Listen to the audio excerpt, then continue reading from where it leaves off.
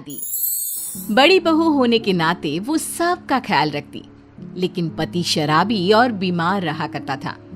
किसी ने शादी से पहले पति की कमियों के बारे में बताया नहीं था। ऐसे में भाभी, अब तुम कर भी क्या सकती हो, लोग तो बातें बनाएंगे ही। अब तुम एक के लिए दूसरे की जिंदगी थोड़ी ना खराब होने दे सकती हो। फिर भी दीदी, लोग सोचेंगे छोटे बेटे की शादी बड़े बेटे से पहले क्यों करवा दी, और इस तरह तरह तरह की बातें बनाएंगे। तो क्या करे, उसकी शादी करवा दे। दीदी शादी तो करवा देंगे, लेकिन कोई लड़की इससे शादी करने को तैयार भी तो हो। तुम इसकी चिंता छोड़ दो। क्या तुम इसकी शादी करवाना चाहती हो तो मैं लड़की ढूंढना शुरू करूं? हाँ हाँ भाभी, क्यों नहीं। अगर आपकी नजर में कोई लड़की हो तो बताओ, जो मेरे इस निकम्मे बेटे से शादी कर ले। कम से कम उसके आने से ये ठीक तो हो जाए। कुछ दिनों बाद देखो तो कैसी है ये लड़की। गरीब घर की है, लेकिन सोना है सोना। अरे दिखने में सुंदर और घर के काम में तो जैसे सर्वगुण संपन्न। बुआ जी है तो बहुत सुंदर, लेकिन ये बच्ची लग रही है। हमारे जेठ जी की तो अच्छी खासी उम्र है। माना शादी नहीं हो पाई, लेकिन उम्र थोड़ी ना रुकती है। अरे बच्ची है तो बच्ची जैसी ही लगेगी ना। तुमसे 5 साल छोटी है, लेकिन सुंदर और संस्कारी है। कमल के लिए इसका ही रिश्ता लाई हूँ, और लड़की छोटी हो तो ही कब्जे में रहती है। क्या कमल के लिए रिश्ता मिल गया? मुझे तो दिखा लड़की की फोटो।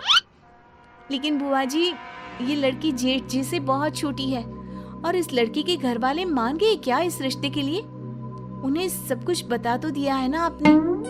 और नहीं तो क्या, लड़की वाले मान गए हैं, इसीलिए तो तुम्हें दिखाने लाई हूँ। लड़की वाले गरीब और भले लोग हैं। लड़की के पिता नहीं है, इसलिए उनको रिश्ते के लिए मनाना मेरे लिए और आसान हो गया।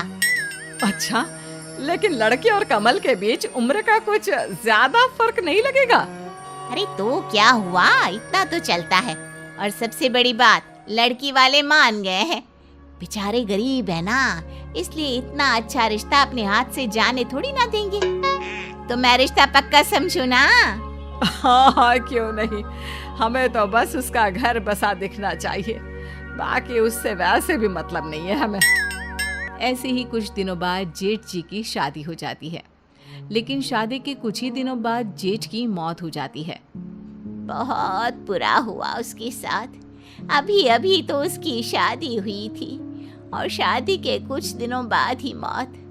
भगवान ऐसा दिन किसी माँ को ना दिखाए। लड़की के पैर सही नहीं थे। बुआ जी, ये सब कहना बंद कीजिए। आप देख नहीं रहे माँ जी की हालत, और उनकी बीवी को तो देखिए। अभी तो घर आई थी और पति नहीं रहा, ऊपर से आप। लगता है वो लड़की ही खराब थी इनके कमल के लिए, तभी तो शादी होने के बाद ही पति की मौत हो गई। भगा दो अभी से यहाँ से। हाँ, मुझे भी यही लगता है, क्योंकि मैंने भी यही सुना था कि इसके पैदा होते ही इसके पापा की मौत हो गई थी।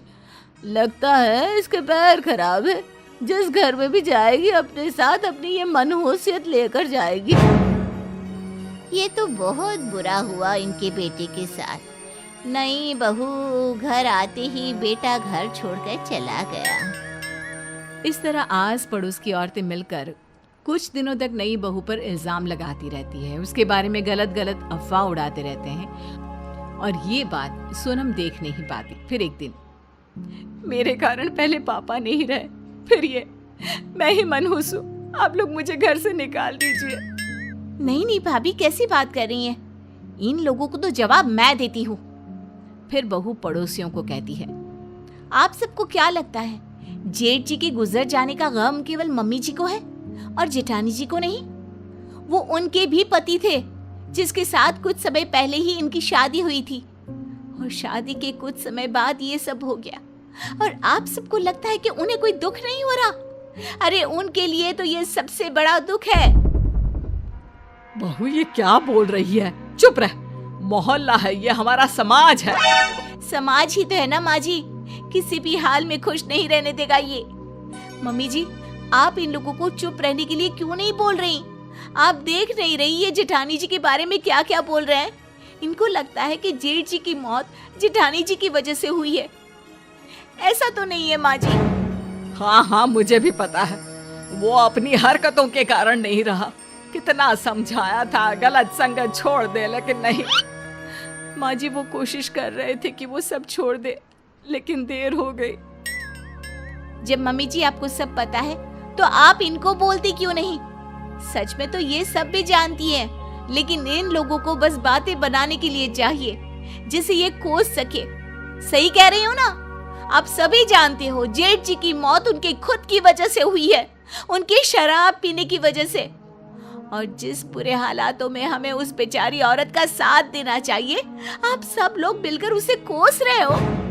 अरे बहू तू गलत समझ रही है, उनके कहने का ये मतलब नहीं था।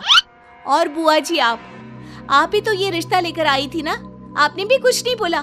वो बेचारी लड़की जिसके पति की मौत अभी अभी हुई है, आप सभी लोग उसे हिम्मत देने के बजाय उसे कोस रहे हैं। अरे उस लड़की की तो पूरी जिंदगी बर्बाद हो गई है।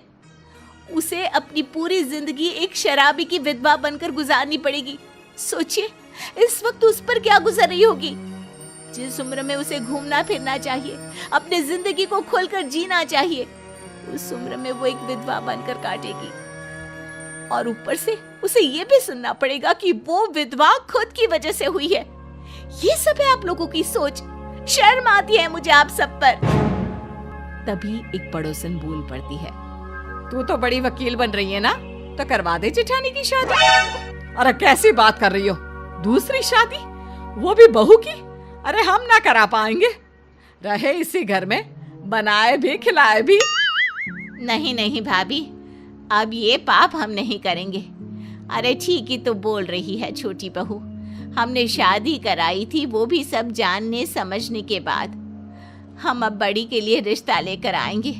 आखिर उसकी माँ ने मुझ पर भरोसा किया था, मैं अपना फर्ज निभाऊंगी।